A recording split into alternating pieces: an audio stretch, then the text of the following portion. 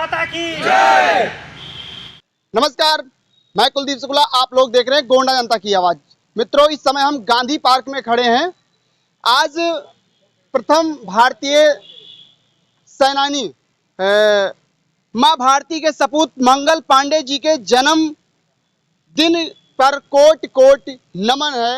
ये जो कार्यक्रम रखा गया है, यह सवर्ण आर्मी के द्वारा, सवर्ण आर्मी के संगठन के द्वारा रखा गया है और इसके जिला अध्यक्ष हैं सुरेंद्र तिवारी मुन्ना जी। उनके अगुवाई में कार्यक्रम रखा गया है आज गांधी पार्क में। आप लोग जानते हैं और मंगल पांडे जी के बारे में, लेकिन हम मंगल पांडे जी के बारे में इन्हीं लोगों से पूछने का प्रयास करते हैं। तो यहाँ सवर्ण आर्मी के जिला प्रवक्ता वेद प्रकाश मिश्रा जी हैं। आइए हम इनसे सबसे पहले जानने का प्रयास करते हैं। स्वागत है। आज क्या कुछ कहना चाहेंगे मंगल पांडे जी के बारे में?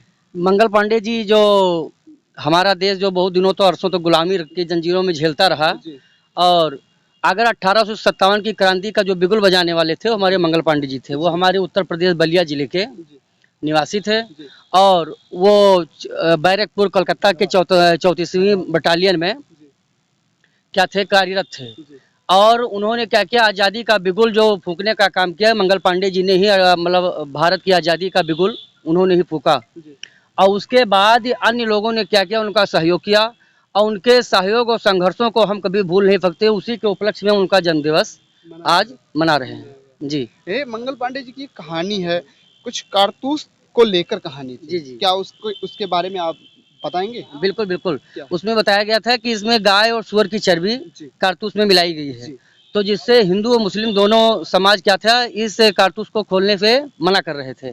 लेकिन मंगल पांडे जी ने कहा कि देश की आज़ादी की यदि बात रहेगी तो मैं ऐसे कारतूस खोलने के लिए सहर्ष तैयार हूँ और संघर्ष करता रहूँगा। उसके बाद क्या किया, जब स्पष्ट जानकारी उनको मिली कि इसमें हमारे धर्म को क्या किया जा रहा है, हमारे धर्म विरुद्ध कार्य किया जा रहा है, तो उन्होंने अंग्रेजों के विरुद्ध क्या क्या विद्रोह की भावना प्रारंभ कर दी। तब उनको क्या हुआ, फांसी दी गई। और उन्होंने आज़ादी के लिए जैसा संघर्ष सवर्ण समाज के लोगों ने किया है, शायद ऐसा दूसरा कोई उदाहरण भारत में नहीं मिल रहा। ये हम जानने का प्रयास करेंगे आज कहाँ के लोग आए हैं इस गोंडा जिले के अंदर, गोंडा जिले में गांधी पार्क में कहाँ से लोग आए हैं आज मंगल पांडे जी का जन्मदिन के अवसर पर? गोंडा जनपद में लगभग में हर ग्राम पंचायत से लोगों को आमंत्रित किया गया है। कोई लोग कारणवश नहीं आ पाए क्योंकि बुआई का समय चल रहा है, लेकिन पूरे जनपद से लोग यहाँ पर आए हुए हैं। और हम लोग क्या है, अभी जाएंगे कलेक्ट्रेट और जिलाधिकारी महोदया को अभी ज्ञापन के माध्यम से उनमें जो ये किया गया है कि सवर्णों के साथ पुलिस भर्ती में आयु सीमा में छूट नहीं दी गई। सरकार के पास ऐसा कौन सा चश्मा है या कौन सी ऐसी दिव्य दृष्टि है कि सवर्ण लोगों को बताइए कि 30 वर्ष में ये बुढ़े हो जा रहे हैं, अन्य जातियों को बता रहे हैं कि ये भर्ती देखने के योग्य हैं, तो 22 वर्षों में, तो सवर्णों में ऐसा कौन सा सरकार के पास दिव्य दृष्टि है जिससे वो देख रही है कि सवर्ण 22 वर्ष में बुजुर्ग हो जा रहा है, वो भर्ती देखने योग्य नहीं रह जा रहा है, अन्य जातियां उसके देखने योग्य रह जा रही हैं। जो सरकार का दोहरापन रवैया है, उसके विरुद्ध में सवर्ण समाज एकत्र होकर आज जिलाधिकारी महोदया को इस विषय में मुख्यमंत्री को संबोधित ज्ञापन देगा। वो कार्यक्रम आज माननीय मंगल पांडे जी के जन्मदिवस के उपलक्ष्य में रखा गया है। पिछड़े वर्ग लोग कहते हैं कि भाजपा जो है हिंदुत्व की सरकार है। आप सवर्ण से आते हैं, आप कह रहे हैं कि सवर्ण को लेकर वो गलत कार्य कर रहे हैं, गलत कदम उठा रहे हैं। ये केवल जो भाजपा सरकार है, ये केवल सवर्णों को हिंदुत्ववादी का झुंझुना दे रही है और इसके अलावा इसको कुछ नहीं दे रही है। राष्ट्रवाद में फंसा कर रखना चाहती है और सवर्णों को क्या कर रही है, बिल्कुल दोयम दर्जे का नागरिक हम लोगों को समझ रही है। और ये बहुत दिन तक चलने नहीं पाएगा। सवर्ण समाज धीरे धीरे जागृत हो रहा है।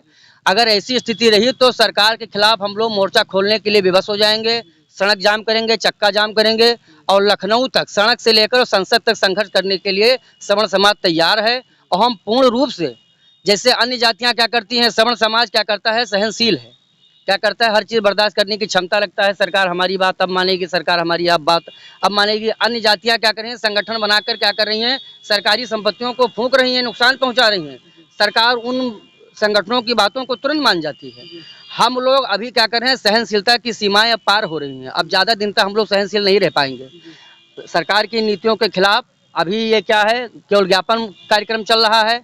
अगर सरकार ने इस पर जल्द से एक्शन नहीं लिया तो इसका सरकार को बुरा परिणाम भुगतने के लिए तैयार रहना होगा। ये सरकार को चेतावनी समझें या सरकार दिशा निर्देश इसको समझें। वापस जी। नहीं करती है तो बड़े से बड़ा धरना प्रदर्शन किया जाएगा। जी। क्या नाम है आपका? हमारा नाम सुभाष सिंह, सुभाष से। आप सवर्ण आर्मी में क्या है? सवर आर्मी में सक्रिय कार्यकर्ता हैं। सक्रिय कार्यकर्ता हैं। तो क्या करेंगे अगर जो सरकार इस चीज को वापस नहीं लेती, बात नहीं मानती, तो आप लोग क्या करेंगे?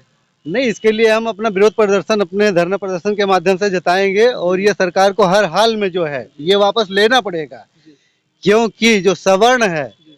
वो 22 की जो उम्र उनको निर्धारित की गई है और जो बाकी SC ST उनको 30 की निर्धारित की गई है, तो 28 की निर्धारित की गई है। जी। तो जब आरक्षण पढ़ाई में दे रहे हैं तो क्या उम्र का भी कोई आरक्षण होता है क्या? नहीं होना चाहिए, बिल्कुल। क्योंकि आदमी की जो एज सरकारी तरफ से रखी गई है 60 से 70 साल, वो उतनी है ना। या रिटायरमेंट का कोई प्लान चेंज करें सवर्ण के लिए, या SC ST को 50 में रिटायरमेंट दे तो सवर्ण को 60 साल में दे। ये हमारा तो ये सवर्णों का संगठन है। ये हमारे साथ हैं सुरेंद्र तिवारी मुन्ना जी, जो कि सवर्ण आर्मी के जिला अध्यक्ष हैं। इनसे भी हम जानने का प्रयास करेंगे। स्वागत है। क्या कुछ कहना चाहेंगे मंगल पांडे जी के बारे में? देखिए, आज मंगल पांडे जी का जन्म दिवस है, जो हमारे टीम के सर्वेश पांडे जी हैं, राष्ट्रीय अध्यक्ष। ये इनका आदेश था कि हर जिले में मनाया जाए, तो उसी के ऊपर से हम लोग प्रोग्राम रखे हैं।